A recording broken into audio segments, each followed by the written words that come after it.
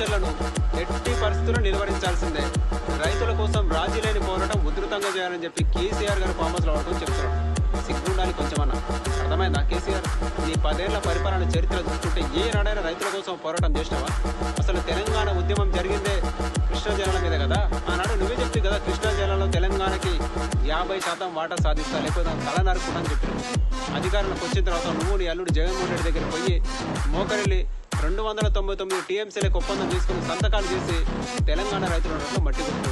జగన్మోహన్ రెడ్డి పోతిరెడ్డిపాటి సామర్థ్యం పెంచేటప్పుడు, సంగమేశ్వర రాయలసీమ ఎత్తిపోతల ప్రాజెక్టు కట్టేటప్పుడు ఏ పోరాటం చేసినావు చెప్పు? ఆ రోజు నాడు నీకు, నీ కొడుక్కి, నీ అల్లుడికి హరీష్ రావు కనిపించలేదా? ఏం పోరాటం చేసిరా మీరు? ఈ రోజు వచ్చి సొల్లు మాటలు మాట్లాడతారు రేవంత్ రెడ్డి సార్ గురించి. సిగ్గుండాలి మాట్లాడి కొంచెమన్నా. అర్థమైందా?